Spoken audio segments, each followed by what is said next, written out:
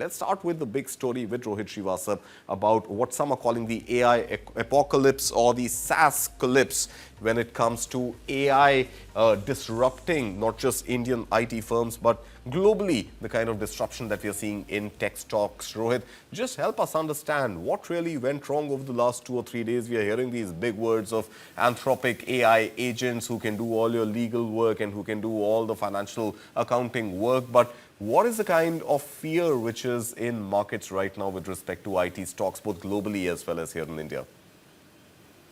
So, well, we already know that the Indian IT sector was struggling for growth for a long period of time. They've always been looked as a defensive, when other parts of the economy are not growing. People do try to park their money in IT as a defensive sector because earnings growth was still there, but it was never been very high. For at least I'm talking about the large cap IT companies like Infosys, Wipro have been growing earnings in single digits.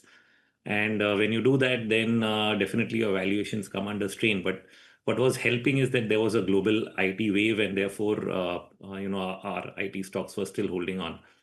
Now, what we are beginning to see, and we are probably in the early stages, is of an unwind in the overall, cycle for IT, and like you said, the AI bubble theme. Whoever I've been speaking into the US, essentially a lot of the economic growth in the US has been coming because of the AI spending wave that was going on. And even this year, the commitment has been, 300, $400 billion for the year. However, the issue in everyone's mind is what is the ROI? Because most of these investments are being done with a futuristic mindset. However, the return on investment is not really clear. So definitely, couple of good things will come out of the IT wave, like you spoke of Anthropic. You'll come up with business models that will work in the future, just like Amazon happened during the tech bubble. But not everything out there is going to be fruitful, and which is where the valuation concerns start, trickling down to the rest of the sector. That you start searching for the winners and losers clearly on the basis that not everybody is going to be a winner on this segment, and that's what the unwinding is leading to. Now, Indian IT in that context is not even much in that space. We essentially users. I mean, we are the services sector, suppliers of most of the work that gets done below the surface. Yeah. But the question is how much of that work is going to be needed. I think we are still confused on that aspect, and it creates some sense of uncertainty about what will be the impact on business. While we may not know it, but the uncertainty itself can cause some valuation derating, because earnings growth anyway has been amiss for this sector. Right. The Indian IT sector, like I said, has been growing earnings in single digits, and we've been giving them a price earnings ratio of 15 to 20 times simply because they acted as a defensive space to be in. But I think that is getting questioned right now. All right. And is this disruption also, while I understand we are not an IT product-led country when it comes to our IT stocks, but we are pretty much, IT services like you mentioned, but these IT services also getting disrupted with agentic AI where code need not be written by human beings. In fact, I was reading somewhere this morning that the time it takes a human being to write 10 lines of code, an agentic AI can write 10,000 lines of code in the same time. So the kind of efficiency that we are seeing in the AI space when it comes to AI services is something which could be, a big, deep worry for Indian IT companies. So I want to understand medium to long term, because short term we are seeing this pain, and short term we may or may not know whether AI is a bubble or not. But medium to long term, what should investors do, Rohit? Hold on to their IT stocks or just wait and try and exit and re-enter only if the whole sort of noise around AI settles down? So we've actually been away. I mean, I've not recommended IT stocks for many, many years because of the low growth rates. Even if you look at a ratio chart of, say, Infosys to the Nifty, it has not outperformed the Nifty for 2 decades or more. So that's a truth that we must contend with, which is why I said that it has worked as a defensive play from time to time. Like in the depths of COVID, it was a good trade to get into IT stocks, but it has not been a long-term outperformer relative to the market over a period of time. So that is the thing we already know this. Still, if you're making long-term investments with a 5-year, 10-year horizon, knowing that the sector is underperforming, then you're betting on some kind of a turnaround for the particular sector. Now, most of the money though got made in IT stocks in India in the mid-cap IT space that was actually showing higher rates of growth. So it was not the Infosys, Wipros of the world, but probably the LTIMs and HCL Techs of the world that actually did better, or a Tata Elxsi that were in new spaces, and some of them had product outputs.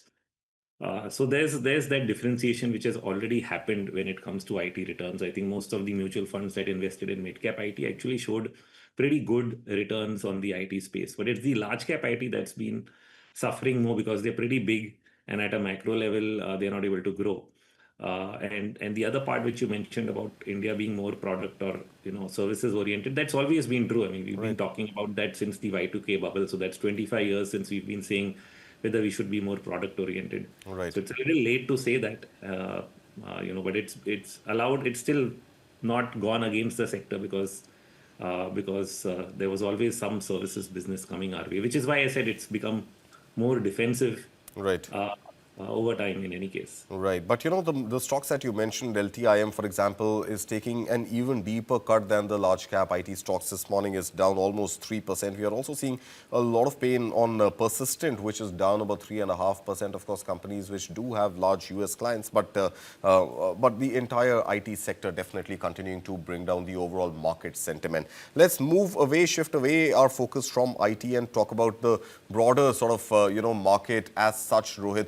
Clarity on the India-US trade deal still awaited. We really don't know how soon that clarity will come, but some estimates suggest that perhaps next week. Right now, we aren't really seeing any sort of momentum build up over the uplift that we saw on the day that the deal got announced. But beyond that, markets seem to have been in some sort of a consolidation phase. We are not really seeing too much directional change in market, barring, of course, IT, which we've spoken about. How do you view the road ahead from here? Because now budget is done. Q3 earnings are more or less all done and dusted, and the India-US trade deal has also been announced. So from here on, what is the trajectory that markets are expected to take? So it's a difficult path. I was definitely hopeful till December that rate cuts combined with government spending support and the pickup in the credit cycle, those are the positive aspects that can push earnings growth back from single digits to double digits. We have still not seen that. But if we see the spending trajectory of the government from the budget, it's still on a fiscal consolidation mode, which means that the amount of impetus you'll get from the government side is not going to be there. And a lot of the growth, especially capex, etc., has actually been government support. Even this year, whatever numbers we've been able to achieve has been because the government has continued to support both on spending and taxes through GST, etc. So fiscal support has been the theme of, I think, this particular bull market, not just in India, but around the world. And moment you see governments going into a fiscal consolidation mode means that government support would be missing and puts the entire onus on the private sector. So it's going to make it quite difficult, I think, to take off from here. I'm not saying it's impossible, but it's surely looking difficult. So you're going to need to see some things improve before you jump in with all your feet. And in that backdrop, when you start seeing weakness in global markets, I think that's not helping. So right now it's in any case, a seasonally weak period, this Feb, March. That's right. We've seen every year that markets correct between Jan, Feb, March. So I would say be cautious. Let the trade deal, details also come in because we can't read into it. Probably by March is what most are expecting things to get, into black and white. So let us see that and then take a call from there. So we'd still hope, maintain a cautious stance right now because of the global headwinds also hitting along with whatever is happening. Right. So a cautious stance, so wait and watch is the word coming in as far as strategy for retail investors goes. Meanwhile, Rohit, another headline event in just about 25 minutes or so from now is RBI's MPC outcome. Most analysts are expecting the RBI to continue on that pause button and not really give another rate cut. But overall, to lift sentiment, do you think there is a need for some sort of not just easing of RBI's MPC interest rate cycle, but also overall just making borrowing a little more efficient to kick off all the measures that you spoke about, which came by way of the fiscal policy in the budget statement? Do you think there is room for RBI to give that little bit of cushion to have that private capex spending take off in this year? So they've already been doing that. They've spoken about transmission in the last two meetings because despite having done multiple rate cuts in the last financial year, you haven't seen transmission at scale because the cost of borrowing for banks has been higher. Still, they seem to be pushing it. You can see that the impact of that on bond yields because bond yields have stopped falling. They've actually gone up quite a bit over the last quarter, and that's something that they need to address. They have announced a lot of OMOs to do that, but we are still to see the impact. So that is the reason why they would be on pause. I think the commentary would help that if they, give any indication that rates can continue in the downward trajectory, that would definitely help markets.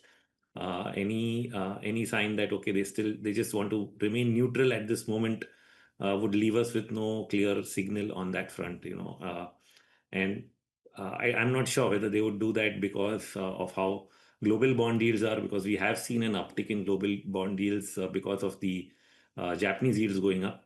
Though last night there was a sharp drop in a lot of the US yields also. Right. But then that's a one-day move. For the RBI to take a decision, they'll have to look a little longer.